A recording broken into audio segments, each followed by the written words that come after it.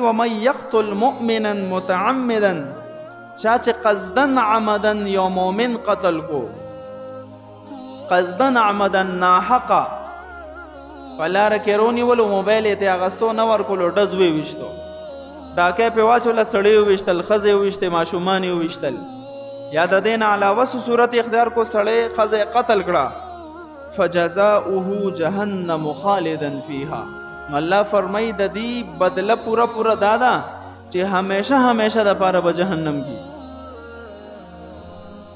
وغضب الله علیه، او الله بم بدی باندې انتهایی غضبناک وي، غصناک پي په د قیامت په ورځ باندې.